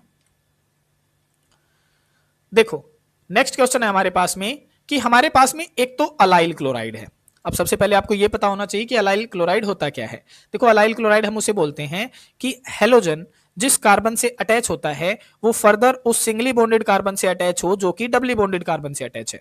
ये बातें आप ध्यान रखेंगे भाई, ये बार बार कभी कभी एक नंबर में पूछ ली जाती हैं कि हेलोजन जिस कार्बन से अटैच है वो फर्दर उस सिंगली बॉन्डेड कार्बन से अटैच होगा जो कि डबली बॉन्डेड कार्बन से अटैच होगा। बाद में फिर आप हाइड्रोजन लगा देना क्योंकि हाइड्रोजन वो कार्बन 4 बॉन्ड बनाता है। तो देखो यहाँ पे 2 बॉन्ड बने हुए हैं, 2 हाइड्रोजन आ गए, यहाँ पे 3 बॉन्ड बने हुए हैं, 1 हाइड्रोजन आ गया, यहाँ पे 2 बने हुए हैं तो 2 हाइड्रोजन आ गए। तो ये बन गया CH2 double bond CH single bond CH2 single bond X।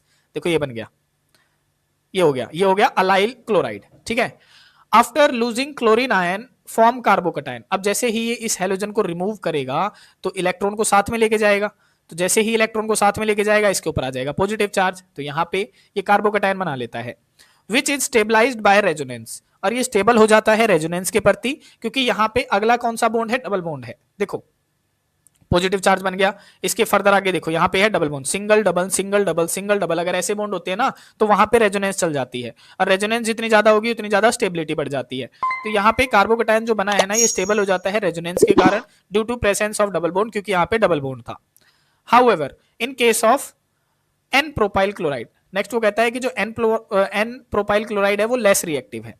तो लेस रिएक्टिव क्यों है टुवर्ड्स न्यूक्लियोफिलिक सब्स्टिट्यूशन रिएक्शन, उसका रीजन ये कहता है कि जो एन प्रोपाइल क्लोराइड है, देखो एन प्रोपाइल क्लोराइड ये मेनली क्लोरोप्रोपेन को ही बोल रहा है, ठीक है। तो पहले पे क्लोरीन लगा दिया और यहाँ पे प्रोपेन बना दिया, तो जब ये क्लोरीन को लूज करेगा ना तो इसके ऊपर भी पॉजिटिव चार्ज बन जाएगा, देखो ये बन गया पॉजिटिव चार्ज, लेकिन ये स्टेबल नहीं होगा रेजोनेंस के प्रति, क्योंकि रेजोनेंस के प्रति स्टेबल होने के लिए यहाँ पे डबल बॉन्ड होना चाहिए था, यहाँ पे नहीं है, तो ये अनस्टेबल हो गया है। Therefore allyl chloride is more reactive, इसीलिए यही रीजन है।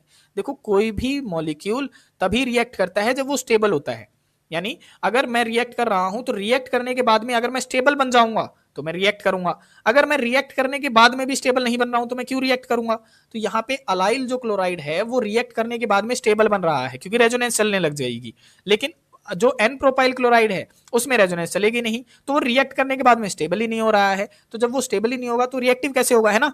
तो अलाइल जो क्लोराइड है वो ज्यादा रिएक्टिव होगा यहाँ पे as compare to n propyl chloride.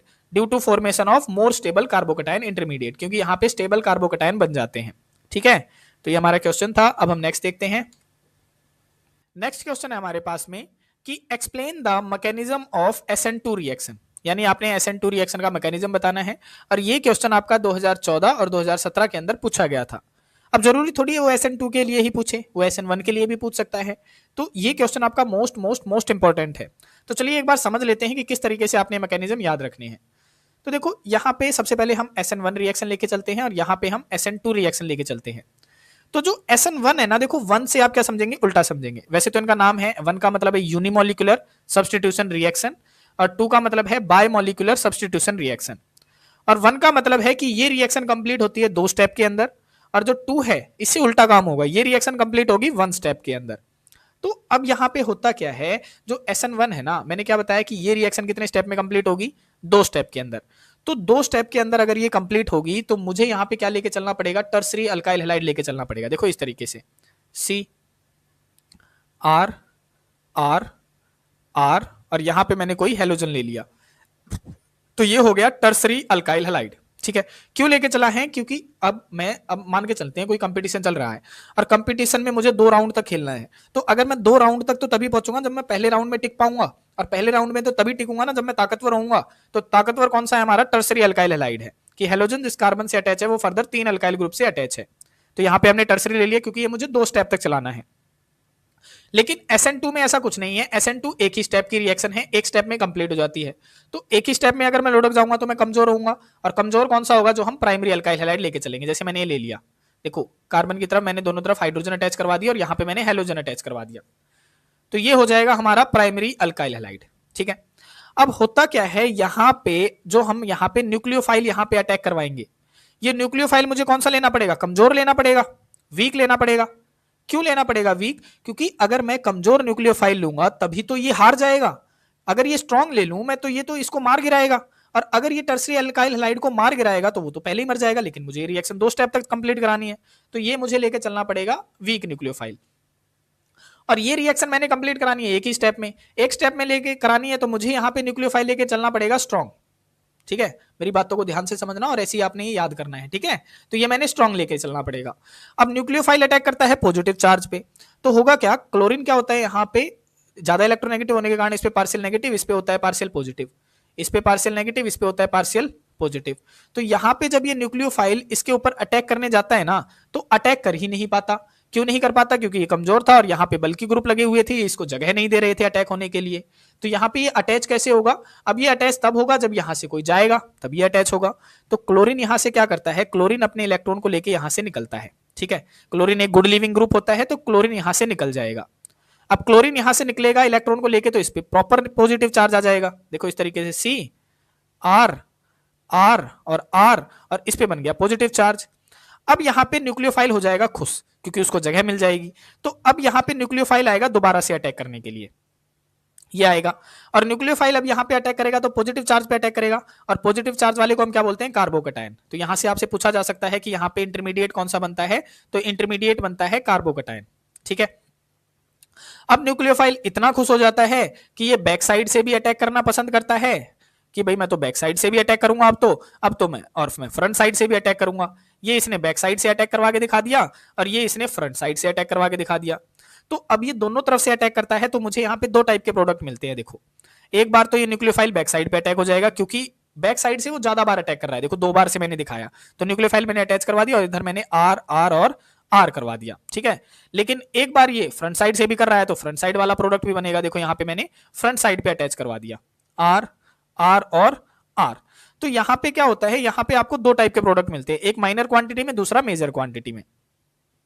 अब ये था स्ट्रॉन्ग है, तो ये क्या करेगा, ये एक ही बार में अटैक करेगा, सिर्फ ये बैक साइड अटैक करता है भाई, इसको आप ध्यान रखेंगे। SN2 के अंदर ये केवल बैक साइड अटैक करेगा, तो ये एक ही बारी में अटैक करता है, और क्लोरीन यहां से निकल नहीं पाता है तब तक। ये अटैक करता है तो क्लोरीन यहाँ पे निकलेगा, है ना, तो क्लोरीन तब तक निकल नहीं पाता है और ये प्रॉपर अटैक कर नहीं पाता है।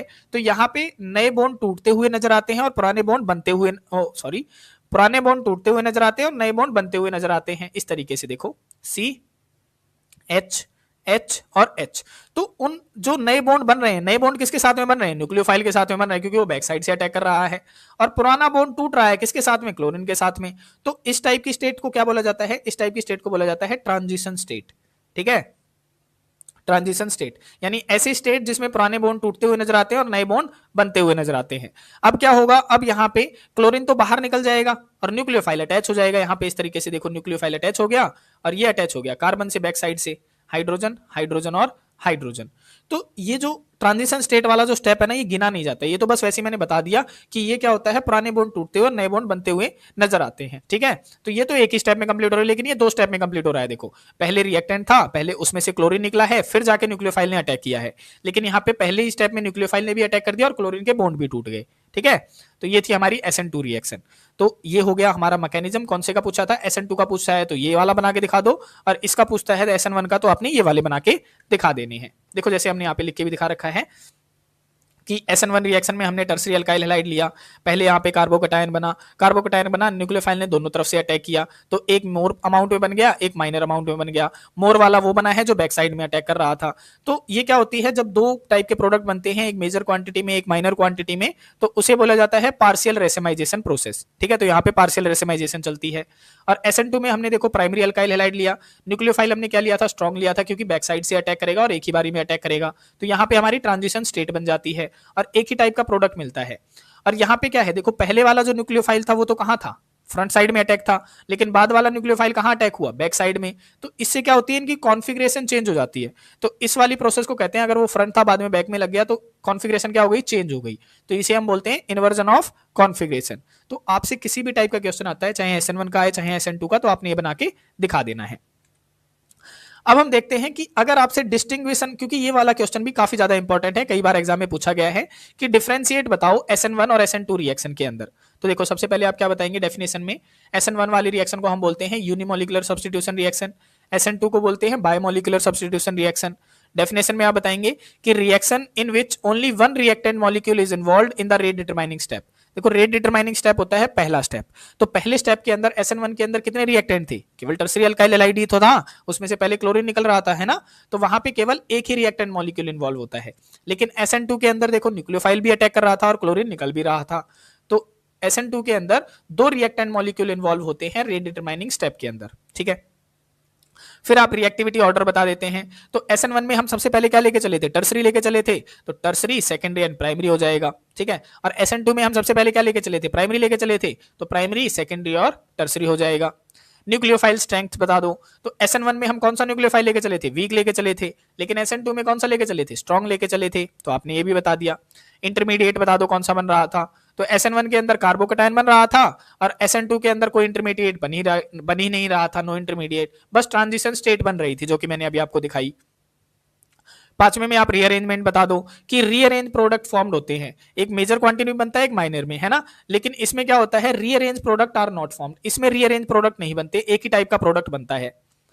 मोड ऑफ अटैक बता दो। तो इसमें क्या होता है, जो न्यूक्लियोफाइल अटैक कर रहा था वो both front end back side से अटैक कर रहा था, लेकिन इसमें केवल बैक साइड से अटैक कर रहा था SN2 के अंदर। तो ये आपने डिस्टिंग्विशन कर देनी है। ठीक है, अब हम नेक्स्ट क्वेश्चन करते हैं। क्वेश्चन है हमारे पास में कि which alkyl halide form the following pairs would you expect to react more rapidly by an SN2 mechanism. कहता है कि हमें कुछ पेयर्स दिए गए हैं यहाँ पे और कहता है कि SN2 रिएक्शन फास्ट किस में चलेगी।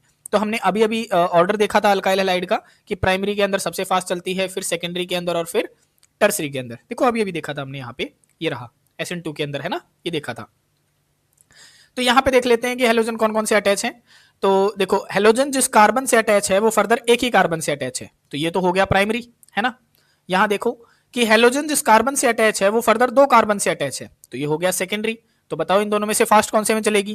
भाई सीधी सी बात है, प्राइमरी में सबसे फास्ट चलेगी, तो इसमें फास्ट चलेगी, है ना। अब यहाँ देखो हेलोजन जिस कार्बन से अटैच है वो फर्दर दो कार्बन से अटैच है, तो ये तो हो गया सेकेंडरी।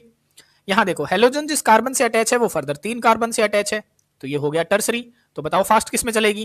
भाई सेकेंडरी में चलेगी, तो इसमें फास्ट चलेगी। अब यहाँ देखो हेलोजन जिस कार्बन से अटैच है वो फर्दर एक कार्बन से अटैच है, तो ये तो हो गया प्राइमरी। हेलोजन जिस कार्बन से अटैच है वो फर्दर फिर से एक कार्बन से अटैच है, तो ये हो गया सेकेंडरी। अब यहाँ पे देखो बल्कीनेस ऑर्डर देखो, जहां बल्कनेस कम होगी वहीं पे क्या होगा, बल्कनेस का मतलब है जो बल्की ग्रुप है वो ज्यादा अटैच नहीं होने चाहिए, क्योंकि अगर बल्की ग्रुप ज्यादा अटैच हो जाते हैं तो SN1 प्रेफर होने लग जाती है, और बल्की ग्रुप अगर कम होते हैं तो SN2 प्रेफर होने लग जाती है। तो यहाँ देखो प्राइमरी वाले इस वाले केस में जो ये बल्की ग्रुप है ना वो किस नंबर पे लगा हुआ है, देखो 1 2 3 तीसरे नंबर पे है, लेकिन यहाँ पे हेलोजन के पास में जो ये कार्बन है बिल्कुल दूसरे नंबर पे ही है, ये तीसरे नंबर पे लगा हुआ है, यहाँ पे दूसरे नंबर पे है। तो बल्की ग्रुप कहाँ पे लगा हुआ है, बल्की ग्रुप लगा हुआ है यहाँ पे, है ना, सॉरी ये प्राइमरी है भाई, है ना, सेकेंडरी क्यों लिख दिया मैंने, ये प्राइमरी है, दोनों ही प्राइमरी है ये, है ना। तो अब यहाँ पे बल्कीनेस इसके नजदीक है लेकिन इसके क्या है, दूर है, तो बल्कीनेस अगर इसके दूर है तो इसको हम प्रेफर करेंगे, तो इसमें क्या होगा, जो SN2 रिएक्शन है वो हमारी फास्ट चलेगी, ठीक है। अब हम नेक्स्ट क्वेश्चन देखते हैं।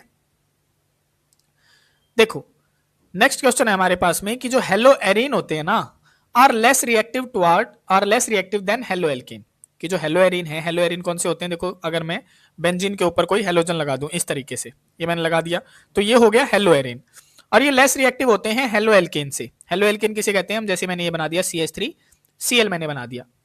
तो ऐसा क्यों होता है, और ये क्वेश्चन पूछा गया है आपका 13 और 14 में दोनों बार लगातार पूछा गया था। देखो मेनली होता क्या है, मुझे पता है क्लोरीन कितने नंबर पे आता है, क्लोरीन आता है 17वें नंबर पे, यानी पहली सेल के अंदर 2 इलेक्ट्रॉन, अगली के अंदर 8 और अगली के अंदर 7 इलेक्ट्रॉन, इतने ही होते हैं। तो यहाँ पे क्लोरीन का 1 इलेक्ट्रॉन ये हो गया, 2 ये 3 4 5 6 7 हो गए, ठीक है, 2 4 6 और 1 7 इलेक्ट्रॉन हो गए। अब क्या होता है, क्लोरीन जो ये हेलो एरीन होते हैं ना, इनमें जो ये लोन पेयर इलेक्ट्रॉन होते हैं ये रेजोनेंस प्रोसेस के अंदर इन्वॉल्व हो जाते हैं हेलो एरीन के अंदर, और जैसे ही ये इन्वॉल्व होते हैं ना तो यहाँ पे डबल बॉन्ड करेक्टर आ जाता है इनके बीच में, क्लोरीन के बीच में और इसके बीच में कौन सा करेक्टर आ जाता है, डबल बॉन्ड करेक्टर। और अब जब ये सिंगल से डबल बॉन्ड बन जाता है रेजोनेंस के कारण तो ये क्या हो जाता है, स्ट्रांग हो जाता है, और स्ट्रांग अगर ये हो गया तो इसको तोड़ना और भी ज्यादा क्या हो जाता है, डिफिकल्ट हो जाता है, ब्रेक करना डिफिकल्ट हो जाता है डबल बॉन्ड करेक्टर आने के कारण। लेकिन जो हेलो एल्केन होता है, देखो यहाँ पे क्या होता है, यहाँ पे कोई रेजोनेंस प्रोसेस चलती ही नहीं है, और रेजोनेंस प्रोसेस ना चलने के कारण यहाँ पे कोई डबल बॉन्ड करेक्टर आता ही नहीं है, तो यहाँ पे रहता है सिंगल बॉन्ड। और सिंगल बॉन्ड क्या होता है, सिंगल बॉन्ड वीक होता है भाई, कमजोर होता है, और कमजोर होने के कारण उसे आसानी से तोड़ा जा सकता है, इजीली ब्रेक किया जा सकता है। तो जो बॉन्ड आसानी से टूट जाएगा वो ज्यादा रिएक्टिव होगा, जो नहीं टूटेगा वो लेस रिएक्टिव होगा। तो यही रीजन है कि हेलो एरीन क्या होते हैं, लेस रिएक्टिव होते हैं, और हेलो एल्केन ज्यादा रिएक्टिव होते हैं। तो आप क्या लिखेंगे, देखो कि जो हेलो एरीन होते हैं are less reactive than haloalkane, वो लेस रिएक्टिव होंगे towards nucleophilic substitution reaction, because in haloarenes, क्योंकि हेलो एरीन के अंदर the halogen atom is directly attach to benzene ring, जो हेलोजन एटम होता है वो डायरेक्टली अटैच होता है बेंजीन रिंग से। The lone pair of halogen participate in resonance with benzene ring, और जो लोन पेयर इलेक्ट्रॉन होते हैं वो पार्टिसिपेट कर लेते हैं बेंजीन रिंग की रेजोनेंस प्रोसेस के अंदर, giving the CX bond partial double bond character, और उनके बीच में एक पार्शियल डबल बॉन्ड करेक्टर आ जाता है। This makes the bond shorter, और वो इसे कमजोर बना देता, ओ छोटा बना देता है, एंड स्ट्रॉन्गर और ताकतवर बना देता है। So it does not break easily, और ये आसानी से नहीं टूटता है। ऑन द अदर हैंड, लेकिन दूसरी तरफ जो हेलो एल्केन्स होते हैं आर मोर रिएक्टिव, ये वाले क्या होते हैं, ज्यादा रिएक्टिव होते हैं टुवर्ड्स न्यूक्लियोफिलिक सब्स्टिट्यूशन रिएक्शन के प्रति, because there is no resonance in haloalkane, क्योंकि यहाँ पे कोई रेजोनेंस ही नहीं चलता है। So the bond breaks more easily, और ये बॉन्ड आसानी से टूट जाता है। Therefore, haloalkanes undergo nucleophilic substitution reaction more readily than haloarenes. ठीक है, आशा है आपको समझ में आ गया होगा। अब हम नेक्स्ट क्वेश्चन करते हैं। देखो नेक्स्ट क्वेश्चन है हमारे पास में कि डिस्क्राइब करने हैं आपने फॉलोइंग, यहाँ पे नेमिंग रिएक्शन दी गई है, और ये क्वेश्चन हमारा 2013 के अंदर पूछा गया था। तो सबसे पहली है हमारे पास में वुड्स फिटिंग रिएक्शन, तो ये तो हमारी अभी अभी रिपीट हुई थी जब हम मल्टीपल चॉइस क्वेश्चन कर रहे थे। तो वुड्स ने क्या किया था, वुड्स तो लेके चलता है अल्काइल हैलाइड, जैसे यहाँ पे उसने ले लिया ब्रोमोमीथेन CH3Br ले लिया, और फिटिंग जो है, फिटिंग लेके चलता है जो हमारा अराइल हैलाइड होता है। देखो यहाँ पे हमने ब्रोमोबेंजीन ले लिया, ब्रोमीन और बेंजीन के ऊपर अटैच कर दिया, तो ये तो हो गया अराइल हैलाइड, ये हो गया अल्काइल हैलाइड, और इनकी रिएक्शन कराई जाती है 2 मॉलिक्यूल सोडियम के साथ में इन the presence of dry ether. अब होता क्या है, ये दोनों मॉलिक्यूल सोडियम क्या करेंगे, इन दोनों मॉलिक्यूल ब्रोमीन को अपने साथ में ले जाएंगे, क्या बना के, 2 मोल ऑफ NaBr बना के, देखो ये निकाल दिया इसने बाहर, और CH3 मॉलिक्यूल फिर, और ये जो बचा है बेंजीन, ये आपस में अटैच हो जाएंगे और हमें मिल जाएगा टोलुइन। तो यही होती है वुड्स फिटिंग रिएक्शन। तो इसमें आप लिखेंगे कि this reaction involve the treatment of ethereal solution of haloalkane and haloarene, कि इसमें इथरनल सॉल्यूशन होता है, हेलो एल्केन होता है और हेलो एरीन होता है, विद सोडियम, सोडियम की प्रेजेंस में, टू प्रोड्यूस एरोमेटिक हाइड्रोकार्बन। तो ये थी हमारी पहली रिएक्शन। दूसरी है हमारे पास में स्वार्ट्स रिएक्शन। स्वार्ट्स रिएक्शन को हम क्या कहते हैं, इसे हम बोलते हैं हेलोजन एक्सचेंज रिएक्शन, और ये मेनली इस्तेमाल करी जाती है अल्काइल फ्लोराइड बनाने के लिए। तो आप क्या लिखेंगे इसमें कि अकॉर्डिंग टू दिस रिएक्शन, ये reaction alkyl fluorides are obtain, हमें अल्काइल फ्लोराइड मिलते हैं by heating n alkyl chloride. हम क्या करते हैं जब किसी अल्काइल क्लोराइड को या फिर अल्काइल ब्रोमाइड को, यहाँ पे हमने अल्काइल ब्रोमाइड लिया है, आप यहाँ पे Cl भी लगा सकते थे ब्रोमीन की जगह पे, in the presence of metallic fluoride such as AgF या फिर SbF3। तो हम यहाँ पे AgF लेके चल रहे हैं, देखो AgF हमने ले लिया। अब क्या करेगा, ये जो सिल्वर है ये किसको लेके चला जाएगा, इस ब्रोमीन को अपने साथ में ले जाएगा, क्या बना के AgBr बना के, ये ले गया। और ये जो फ्लोरीन है ये इसके स्थान पे अटैच करवा देगा और हमें मिल जाएगा CH3F, यानी अल्काइल फ्लोराइड हमें मिल जाएगा। तो ये थी स्वार्ट्स रिएक्शन। नेक्स्ट है हमारे पास में कि सैंडमेयर रिएक्शन क्या होती है। तो देखो सैंडमेयर रिएक्शन किसके साथ में चलती है, मेनली बेंजीन डाइजोनियम क्लोराइड के साथ में चलती है।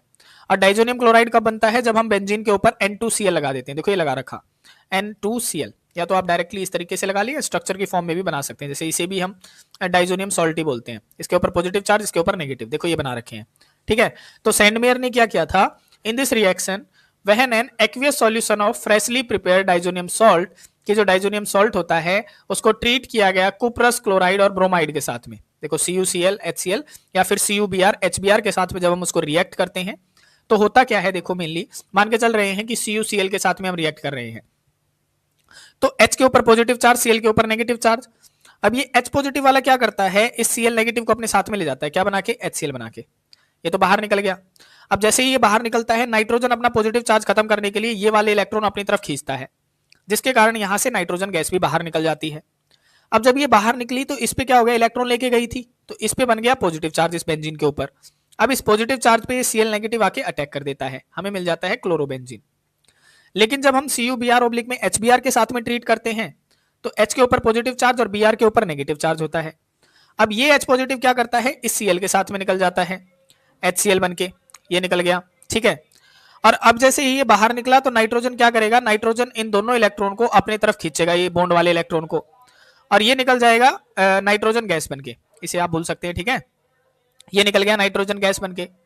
अब जैसे ही इसने इलेक्ट्रॉन खींचे, इसके ऊपर क्या बन गया, इसके ऊपर बन गया पॉजिटिव चार्ज, इस पॉजिटिव चार्ज पे Br नेगेटिव अटैक कर जाता है और हमें मिल जाता है ब्रोमोबेंजीन। तो ये है हमारी सैंडमेयर रिएक्शन। अब हम नेक्स्ट करते हैं। नेक्स्ट क्वेश्चन है हमारे पास में कि व्हाट इज DDT, DDT क्या होता है। तो यहां पे आपने इसकी फुल फॉर्म याद रखनी है कि para para dichloro diphenyl trichloro ethane, ये इसकी फुल फॉर्म होती है भाई। फिर इसने पूछा है कि इसका स्ट्रक्चरल फार्मूला क्या होता है, तो हम इसकी प्रिपरेशन ही करके दिखा देते हैं कि इट इज मैन्युफैक्चर्ड बाय, इसको बनाया जाता है by the reaction of chloral, जब हम क्लोरल की रिएक्शन करते हैं क्लोरोबेंजीन के साथ में। तो क्लोरल का फार्मूला क्या होता है, देखो C के ऊपर पहले आपने तीनों Cl लगा देने हैं, सिंगल बॉन्ड CHO, ये होता है क्लोरल का फार्मूला। और इसकी आपने रिएक्शन करानी है क्लोरोबेंजीन, तो हम 2 मॉलिक्यूल क्लोरोबेंजीन के बना रहे हैं, देखो ये हमने बना दिए। और बेंजीन के चारों तरफ क्या होते हैं, हाइड्रोजन अटैच, तो मैंने यहाँ पे एक बॉन्ड से एक हाइड्रोजन भी दिखा रखा है। इन the presence of concentrated sulphuric acid, और ये रिएक्शन चलेगी सल्फ्यूरिक एसिड की प्रेजेंस में। अब होगा क्या, ये दोनों जो हाइड्रोजन है ना, देखो ये वाले जो दोनों हाइड्रोजन है ये क्या करेंगे, इस ऑक्सीजन के साथ में निकल जाएंगे, क्या बनके, वाटर मॉलिक्यूल बनके निकल गए। अब यहाँ पे जो डबल बॉन्ड था कार्बन का, एक बॉन्ड से तो ये वाला मॉलिक्यूल अटैच हो जाएगा, एक बॉन्ड से ये वाला मॉलिक्यूल अटैच हो जाएगा, देखो यहां से ये मैंने करवा रखे हैं, ये वाले यहाँ पे अटैच करवा रखे हैं, तो यही इसी को कहते हैं DDT, और यही इसका स्ट्रक्चरल फॉर्मूला है। तो इसका नाम कैसे पड़ा, तो देखो पैरा पोजिशंस पे क्या अटैच है, क्लोरीन अटैच है और 2 क्लोरीन अटैच है, तो पैरा पैरा डाइक्लोरो, इनको बोलते हैं डाइफिनाइल, इन्हें बोलते हैं ट्राइक्लोरो, और ये है इथेन, 2 कार्बन को क्या बोलेंगे, इथेन, ठीक है।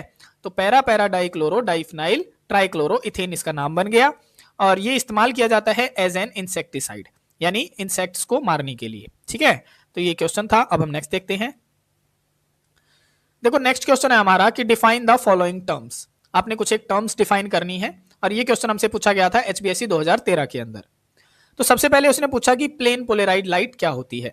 तो आपने याद रखना है कि प्लेन पोलराइड लाइट हम उसे कहते हैं जो केवल एक ही डायरेक्शन में वाइब्रेशन करती है, केवल एक ही डायरेक्शन में, केवल एक ही डायरेक्शन में। जैसे आपने लेजर लाइट देखी होगी, एक ही डायरेक्शन में जाती है, ठीक है। तो आप क्या बताएंगे कि plane polarised light is that light whose vibration is only in one plane, केवल एक ही प्लेन में होती है। It is obtained by passing ordinary light through a Nicol prism. देखो ऑर्डिनरी लाइट क्या होती है, जो चारों तरफ मतलब उसकी वाइब्रेशंस होती हैं, जैसे हमारा लट्टू लगाते हैं ना घर में, तो चारों तरफ चांदना करता है, तो उसे ऑर्डिनरी लाइट बोलते हैं। लेकिन जो एक ही तरफ मतलब जाती है डायरेक्शन में, उसे हम प्लेन पोलराइड लाइट बोलते हैं।